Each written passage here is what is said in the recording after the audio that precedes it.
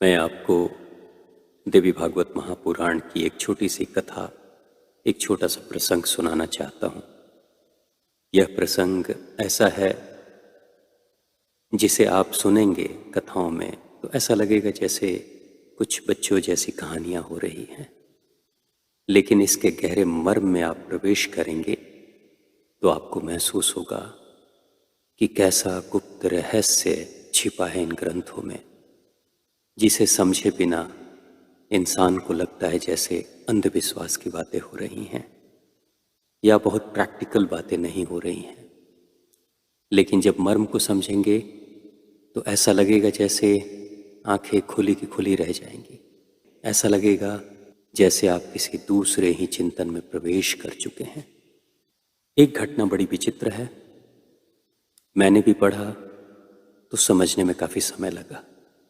घटना कहती है कि मां आद्य शक्ति जब अपने रूप को उन्होंने धारण किया था, मां के विराट रूप को धारण किया और युद्ध क्षेत्र में जब आई थी तो उनके पास एक राक्षस आया था। उस राक्षस का नाम धूम्रलोचन था। धूम्रलोचन विचित्र राक्षस है जिसका वध मां ने किया, लेकिन आज भी धूम्रलोचन हमारे समाज में उपस्थित है। आपकी मुलाकात कई बार धूम्रलोचन से हुई होगी, या यह भी हो सकता है कि आपके साथ ही आपके व्यक्तित्व का ही हिस्सा धूम्रलोचन भी होगा। प्रसंग कहता है, धूम्रलोचन का अर्थ है धूम्र यानी धुआं, लोचन यानी आंख। वह जिसके आंखों पर धुएं का पर्दा चढ़ा है वही धूम्रलोचन है, और अगर धुएं के पर्दे के कारण, उस धुंध के कारण उसकी सोच और गतिविधि नकारात्मक है तो वह राक्षस है। उसी राक्षस की कथा है जिसमें मां ने उसका वध किया था।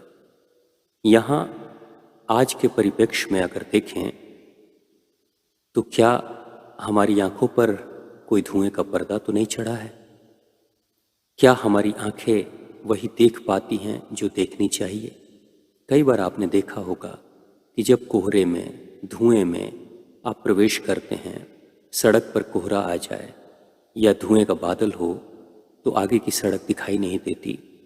दिन में भी, या कई बार आपकी गाड़ी की रोशनी तेज है, लाइट चल रही है, बावजूद उसके आप नहीं देख पाते हैं धुएं के कारण या धुंध के कारण। कई बार आपने देखा होगा अगर किसी इंसान की आंखों पर मोतियाबिंद छा जाता है तो उस इंसान को खुली आंखों से भी साफ साफ चीजें दिखाई नहीं देती हैं। कई बार लोग अपने ही लोगों की शक्ल पहचान नहीं पाते हैं। एक बाबूजी से मेरी बात हो रही थी जिनकी आंखों का ऑपरेशन हुआ था। ऑपरेशन के बाद मैंने पूछा, बाबूजी मोतियाबिंद के ऑपरेशन के बाद कैसा लग रहा है आपको? तो उन्होंने कहा कि आज मेरी घर की दीवारें साफ साफ दिख रही हैं, जबकि मैं यही सोचता था कि मेरी घर की दीवारें बहुत गंदी हैं। मैं अपने घर के लोगों को देखता था तो मुझे लगता था मेरे घर के सभी सदस्य गंदे कपड़े पहनते हैं, इनकी शक्लें साफ नहीं हैं, सुंदर नहीं है, या इन्होंने अपना मुंह नहीं धुला है, ऐसा वो सोचते थे। और ऐसा कहकर वो हंसने लगे। लेकिन उन्होंने कहा कि जब से मोतियाबिंद का ऑपरेशन हुआ है और आंखों की सफाई हुई है, तब से अब मेरी ही घर की दीवारें साफ साफ दिख रही हैं और मेरे ही घर के बच्चे और मेरे ही घर के लोग मुझे अच्छे दिख रहे हैं और सबके वस्त्र स्वच्छ हैं। वो हंसते हुए कहते हैं कि पहले मैं अपने घर के बच्चों को देखकर सोचता था ये रोज नहाते नहीं हैं, कपड़ों की सफाई नहीं करते हैं, या इन्होंने घर की दीवारों को कितना गंदा करके रखा है। मन ही मन मैं इनसे नाखुश था या शिकायत से भरा था। लेकिन आज मुझे पता चला कि यह सभी लोग नहाते भी थे, कपड़े भी स्वच्छ पहनते थे, घर की दीवारें भी साफ थी, गंदगी मेरी आंखों पे छाई हुई थी, जिसके कारण से मुझे ये दुनिया, मेरे घर के लोग, मेरे घर की दीवारें सब गंदी गंदी लग रही थी। यानी जैसे बाबूजी के जीवन में हुआ कि आंखें खुली है लेकिन मोतियाबिंद का चादर छाया हुआ है, जिसके कारण वो ठीक से देख नहीं पा रहे थे। यही स्थिति होती है धूम्रलोचन, यानी आंखों के ऊपर धुएं का पर्दा छाया हुआ है। जिसकी आंखों पर धुआं धुआं है, छाया है, कोहरा है वही धूम्रलोचन है। आप इस दुनिया में देखेंगे कि बहुत सारे ऐसे लोग हैं जिनकी आंखों पर अनेक तरह के पर्दे चढ़े होते हैं। कई बार किसी की आंखों पर अहंकार का पर्दा चढ़ा होता है, किसी की आंखों पर ईर्ष्या, द्वेष, क्रोध, वासना, लोभ, लालच, मोह, माया का पर्दा चढ़ा होता है, जिसके कारण वो अपने जीवन का सही उचित निर्णय नहीं कर पाते हैं और कई बार उनके जीवन के फैसले गलत होते हैं, जिसके कारण उनके जीवन में, रिश्तों में या जिंदगी की तरक्की में, मन की शांति में अनेक तरह की समस्याएं आनी शुरू हो जाती है। तो इंसान दूसरे को कोसता है, लेकिन कभी यह नहीं सोच पाता है कि कहीं ऐसा तो नहीं कि मेरी ही आंखों पर कोई मोह का पर्दा, लोभ, लालच का, ईर्ष्या या द्वेष का, वासना का पर्दा चढ़ा है, जिसके कारण से मेरी जिंदगी में तकलीफ हो रही है।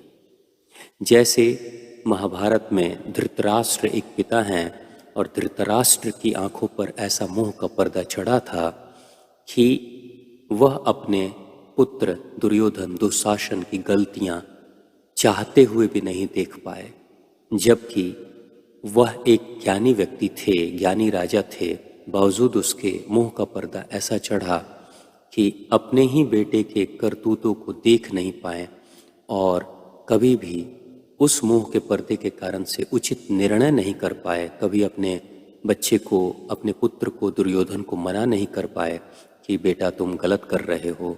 नतीजा ये हुआ कि एक बेटे के कारण से बाकी 99 बच्चे भी मारे गए और अंत में सारी संतानें खत्म हो गईं।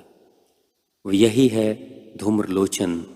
और जब कोई इंसान किसी भी तरह की बुराई का पर्दा अपनी आंखों पर चढ़ा लेता है तो उसके बाद से उसके जीवन के निर्णय ऐसे होते हैं जो सामान्य इंसानों के नहीं हो सकते हैं और ऐसे गलत निर्णय को ही राक्षसी निर्णय कहा जाता है, जिससे व्यक्ति का, दूसरे का या उसके आसपास के लोगों की हानि होती है, नाश होता है।